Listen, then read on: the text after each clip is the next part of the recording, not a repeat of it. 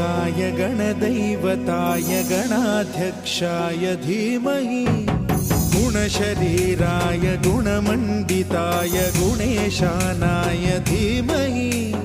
गुणातीताय गुणाधीशाय गुणप्रविष्टाय धीमहि